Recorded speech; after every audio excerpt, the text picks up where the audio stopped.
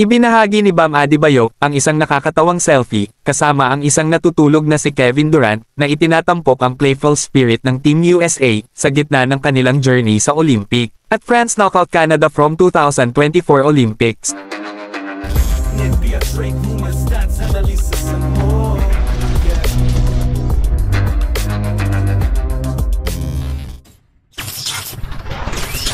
Kamakailan ay nakuna ni Bam Adebayo ang isa sa mga funniest moments ng 2024 Summer Olympics sa Paris. Nakipag-selfie siya kay Kevin Durant na mahimbing na natutulog sa backseat ng bus na nakabuka ang bibig. Nanlamig si Durant at hindi napigilan ni Adebayo na ibahagi ang nakakatuwang sandaling ito sa mundo. Mabilis na naging viral ang photo na nagpapakita ng mas magaan na bahagi ng Olympic journey ng Team USA.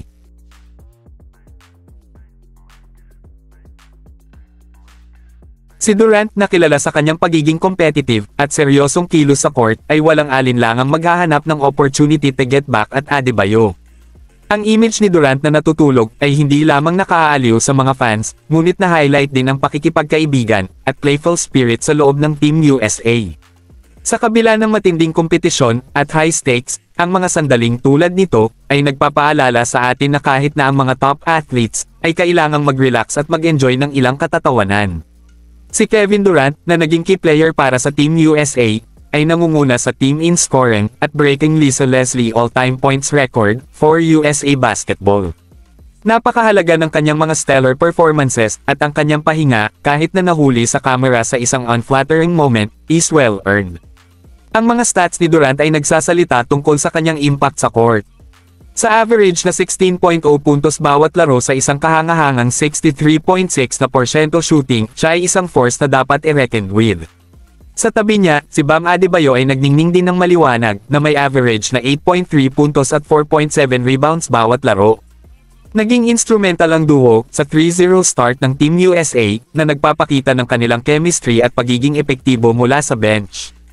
Madiskarteng ginamit ni Coach Steve Kerr sina Durant at Adebayo para palakasin ang second unit na nagpapanatili ng malakas na offense iba at defensive presence sa buong laro. Ang kanilang mga performances ay naging isang key factor sa dominance ng Team USA sa ngayon. Habang naghahanda ang Team USA na harapin ang Serbia, tiyak na magbabantay ang mga fans at teammates sa playful banter sa pagitan nina Durant at Adebayo. Ang mga moments tulad nito ay hindi lamang bumubuo ng spirit ng koponan, ngunit nagbibigay din ng isang sulyap sa mga personalidad ng mga world-class na athletes na ito. With their sights set on goal, ang kombinasyon ng humor and hard work ay maaaring maging perpektong recipe para sa tagumpay. Naiwang hindi makapaniwala ang mga fans ng France sa pangungunan ni Guerschon Yabusel, Evan Fournier at Victor Wembanyama, ay pinatalsik ang Canada mula sa 2024 Paris Olympic. Si Guerschon Yabusel ay isang standout performer, nagambag ng 22 puntos, 5 rebounds, at shooting efficiently from the field. Si Isaiah Cordinier ay nag-delivered a stellar performance with 20 points, 3 rebounds, at isang impresibong 4-4-5 mula sa 3-point range. Si Evan Fournier ay gumanap ng isang pivotal role in the fourth quarter na nagpatama ng mga mahahalagang shot para masigurado ang panalo. Nagtapos siya ng 15 puntos at 3 assist na nag-shoot ng 50% from beyond the arc. Despite a quiet offensive game, nangingibabaw si Victor Wembanyama sa dulo ng depensa, nagtala ng 12 rebounds, 5 assists, 3 steals, at 1 block. Nag-struggle ang Canada sa simula, falling behind early, and failing to recover despite a late push. Pinangunahan ni Shai Gilgeous-Alexander ang pagsisikap ng Canada na may 27 puntos, 5 rebound, at 4 na assist, ngunit hindi sapat ang kanyang pagsisikap. Si RJ Barrett ang nag-iisang Canadian sa double digits, nagambag ng 16 na puntos at 3 rebounds. Si Dillon Brooks ay may partikular na magaspang na outing na namamahala lamang ng 2 puntos sa 1 of 9 shooting. Si Jamal Murray, na underperformed sa buong tournament, ay nagtapos sa kanyang campaign na may 7 puntos at 5 rebounds sa 3 of 13 shooting.